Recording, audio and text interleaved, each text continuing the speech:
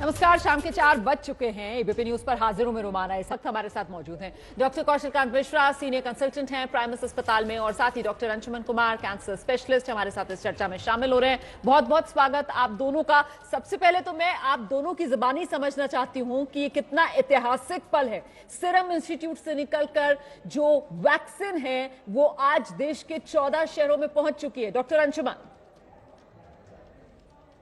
जी रोमाना, आपने बिल्कुल सही फरमाया। ये बिल्कुल ऐतिहासिक पल है। आज तक के मेडिकल हिस्ट्री में रिकॉर्ड है जो सबसे कम समय में वैक्सीन बना था मम्स का 4 साल लगे थे। अदरवाइज आमतौर पर वैक्सीन को 8 से 10 साल लग जाते हैं, और ये 1 साल के अंदर ये वैक्सीन, कोरोना वैक्सीन तैयार किया गया और तब तक पहुंचाया जा रहा है। दूसरा, इंडिया का इतना बड़ा यूनिवर्सल इम्यूनाइजेशन प्रोग्राम, जिसके तहत गांव में जहां तक देखिए कि लाइट की व्यवस्था नहीं होती है, गाड़ी नहीं जा सकती, और साइकिल से भी कोल्ड चेन मेंटेन करके वैक्सीन पहुंचाते हैं। बिल्कुल ऐतिहासिक पल है, इसमें कोई दो मत नहीं है। डॉक्टर कौशल कांत। रोमाना जी, ये कहें कि इसके लिए मेरे पास शब्द नहीं है कि क्या कहूं, क्योंकि हम सब, पूरा विश्व इसी का इंतजार कर रहा था, और बहुत सारे कमेंट आ रहे थे कि इंडिया में कब लॉन्च होगी, और इंडिया में made in India vaccine he launch हुई। और तो इससे अच्छा, मतलब एटलीस्ट इस कोरोना के फेज में इससे अच्छी खुशखबरी कोरोना को लेके कुछ नहीं हो सकती कि वैक्सीन आ गई है। बिल्कुल, वैक्सीन आ गई है, शुभ घड़ी है, ऐतिहासिक पल है, लेकिन यहां से अब किस तरीके की सावधानी बरतने की जरूरत है, ये मैं आप दोनों से समझना चाहती हूँ। डॉक्टर, यहाँ ये भी इंपॉर्टेंट है कि फाइजर की वैक्सीन को -70 डिग्री टेम्परेचर पर स्टोर करना होता है, मॉडर्ना को 2 to 8 डिग्रीज सेंटीग्रेड पर स्टोर करना होता है। साइनोफार्म चाइना की वैक्सीन है, और ये 5,650 रुपए भारतीय रुपयों में, हमने आपको US डॉलर्स में भी उनकी कीमत दिखाई है, 5,600 से अधिक रुपए प्रति डोज की दर से उपलब्ध है। साइनोवैक बायोटेक भी चाइना की वैक्सीन है। तो ये स्वास्थ्य मंत्रालय की तरफ से प्रेस कॉन्फ्रेंस जो लगातार जारी है, और इसमें बेहद महत्वपूर्ण हो जाती है कीमत, जिसे लेकर स्वास्थ्य मंत्रालय की तरफ से ये बताया जा रहा है कि कैसे दुनिया भर में जो वैक्सीन अभी लगाई जा रही हैं, जिसमें फाइजर की वैक्सीन है, मॉडर्ना की वैक्सीन है, उसकी कीमतों का जिक्र किया कि फाइजर की वैक्सीन की एक डोज जो है वो 1400 रुपए, वहीं मॉडर्ना की वैक्सीन का एक डोज जो है वो 2300 से रुपए लेकर 2700 रुपए। और डॉक्टर अंशुमन, हमारे यहाँ जो सीरम इंस्टीट्यूट की वैक्सीन है उसका एक डोज करीब 200 रुपए के आसपास का। तो कुल मिलाकर सस्ती और टिकाऊ, यही है हमारी वैक्सीन की खूबी। जी बिल्कुल ठीक बात है। देखिए, इम्यूनोजेनिसिटी और सेफ्टी तो वैक्सीन की होगी, तभी वैक्सीन अप्रूवल के बाद आगे आती है। लेकिन सबसे बात है अफोर्डेबिलिटी, और जो अफोर्डेबिलिटी कायदे से सब प्रेस में सब स्वास्थ्य मंत्रालय ने बता दिया अफोर्डेबिलिटी का क्या।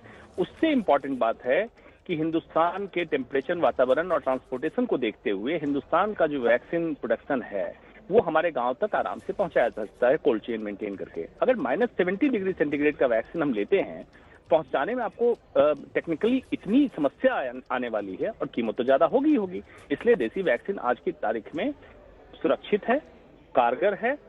आगे आने वाले समय में और भी परिणाम निकलेंगे तो बताया जाएगा। सुरक्षित है, कारगर है, कम कीमतों वाली है, और जो बात इस प्रेस कॉन्फ्रेंस में भी कही गई, जिसे अंडरलाइन डॉक्टर अंशुमन ने भी किया, doctor Kaushal Kant, low maintenance भी है, क्योंकि फाइजर की वैक्सीन के लिए उन्होंने बताया कि -70 डिग्री के आसपास टेम्परेचर चाहिए स्टोरेज करने के लिए। मॉडर्ना वाली के लिए -2 से -8 डिग्री सेल्सियस तक।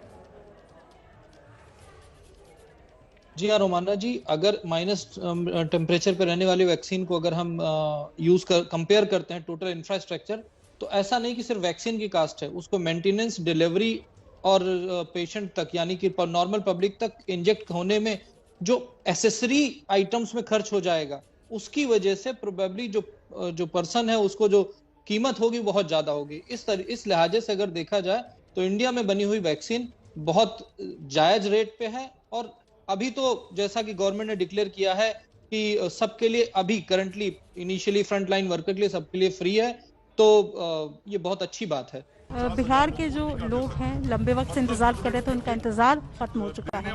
पहली डोज में पहली खेप में कितने लोगों तक डोज जो है वो पहुंचाया जाएगा, और इसके अलावा प्राथमिकताएं किस आधार पर है, इस पूरे मामले में बातचीत करने के लिए हमारे साथ बिहार के स्वास्थ्य मंत्री मंगल पांडे खास बातचीत करने के लिए। सर, सबसे पहले तो बधाई पूरे बिहार वासियों को। नहीं, आज का दिन बहुत ही ऐतिहासिक है और आप सब लोगों के लिए बहुत उत्साह का दिन है। और जो व्याकुलता थी मीडिया की भी कि वो तिथि कब होगी जब वैक्सीन पहुंचेगा, आज वो वैक्सीन बिहार पहुंच गया, हमने उसको रिसीव किया है।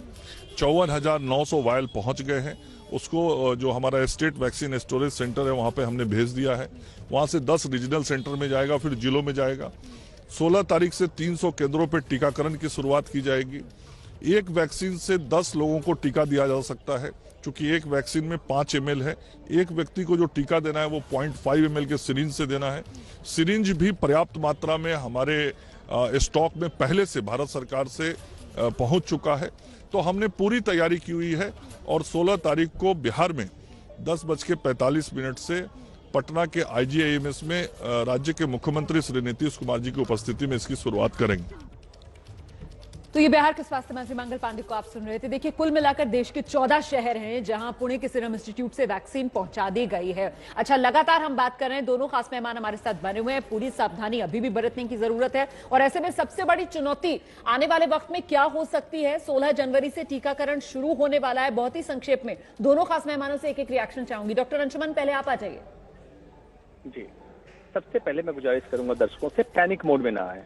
वैक्सीन सबको मिलना है, बारी बारी से सबका नंबर आएगा, काला बाजारी ना हो, इसके लिए ये बहुत जरूरी है। तीसरी बात, सावधानी, जैसे डॉक्टर कौशल बता रहे थे, सावधानी भी प्रोटोकॉल के तहत आप बना के रखें, ये गुजारिश। डॉक्टर कौशल का।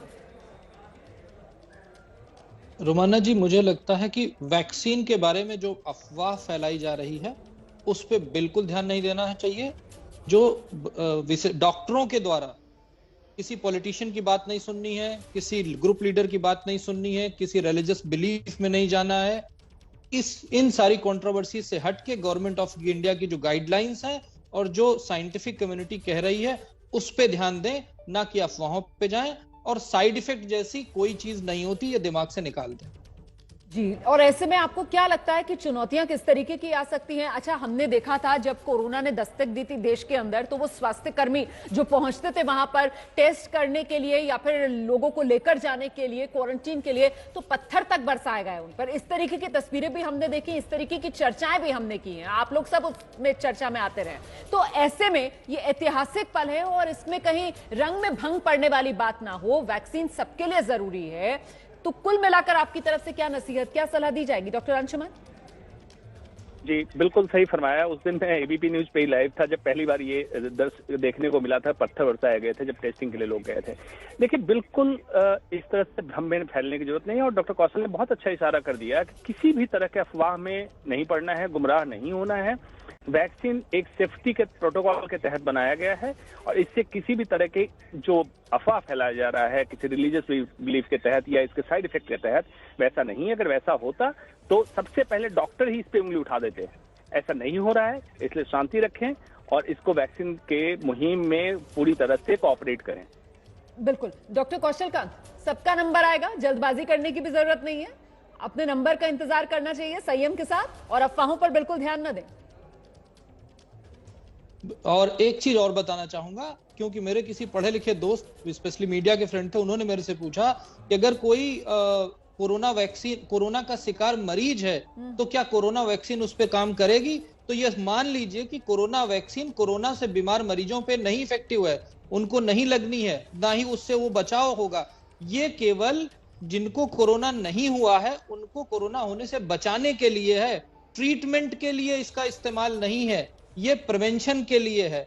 एंड अभी तक जो हमारे पास अवेलेबल वैक्सीन है उसमें आज ये बायोलॉजिकल वैक्सीन आई, इसके अलावा जो हमारे पास 3 सोशल वैक्सीन है, that is mask, social distancing and sanitisation. इसके साथ ये चौथी वैक्सीन मिलकर ही 100% प्रोटेक्शन दे पाएगी। ये तो आपने बहुत अच्छा किया कि ये कंफ्यूजन दूर कर दिया। और इसी से जुड़ा एक और कंफ्यूजन है, इस तरीके के भी लोग सवाल पूछते हैं कि साहब इसकी टेस्टिंग बच्चों पर तो हुई नहीं, क्या बच्चों को भी बाद में ये लगेगी वैक्सीन या नहीं लगेगी? इस तरीके के सवाल भी लोगों के मन में आते हैं। डॉक्टर अंशुमन जी, बिल्कुल बच्चों को सेगमेंट में नहीं इंक्लूड किया गया है, लेकिन जो इम्यूनोजेनिसिटी है बाकी वैक्सीन को जो देखा गया बच्चों में भी सेफ है, सुरक्षित है और आने वाले समय में बच्चों में वैक्सीन लगाया जाएगा। इसकी टेस्टिंग हो चुकी है।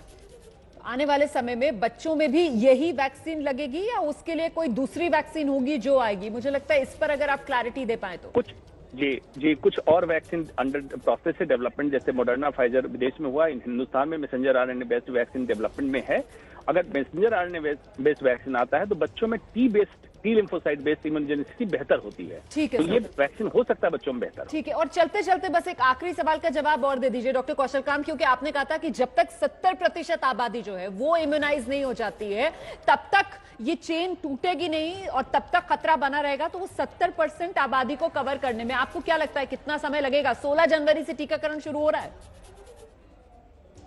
मुझे लगता है कि जिस स्पीड से काम चल रहा है कम से कम 6 महीने से 9 महीने का समय लगेगा 70% अगर इसी स्पीड से काम चलता रहा। और बहुत अच्छी बात यह है कि कोरोना के जो इन्फेक्शन का रेट है हमारे देश में काफी कम हो चुका है, तो घबराने की बात नहीं है। और बच्चों में जो वैक्सीनेशन की जो बात की रोमाना जी, तो अभी तक के जो डेटा अवेलेबल है कि लेस देन 20 ईयर्स में कोरोना का इन्फेक्शन बहुत ही कम है, लेस देन 1% है, और मॉर्टिलिटी तो है ही नहीं।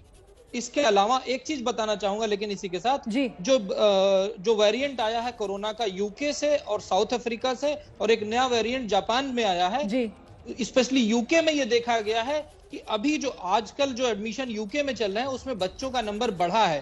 तो इसलिए मैं बार बार कह रहा हूं कि प्रिकॉशन पे ही ध्यान देना है, और बच्चों के वैक्सीनेशन अभी फर्स्ट फेज सेकेंड फेज में नहीं होने जा रहा है, सबसे लास्ट में नंबर बच्चों और प्रेग्नेंट महिलाओं का आएगा। बहुत बहुत धन्यवाद आप दोनों का हमारे साथ बने रहने के लिए। तो कुल मिलाकर वो बात जो प्रधानमंत्री नरेंद्र मोदी ने कही थी ना कि ठीक है वैक्सीन तो आ रही है लेकिन दवाई भी, कड़ाई भी, यही आने वाले कुछ महीनों में हम सब के लिए मंत्र होना चाहिए कोरोना से बचने के लिए। बंगाल की सियासत में स्वामी विवेकानंद पर छिड़ा है संग्राम।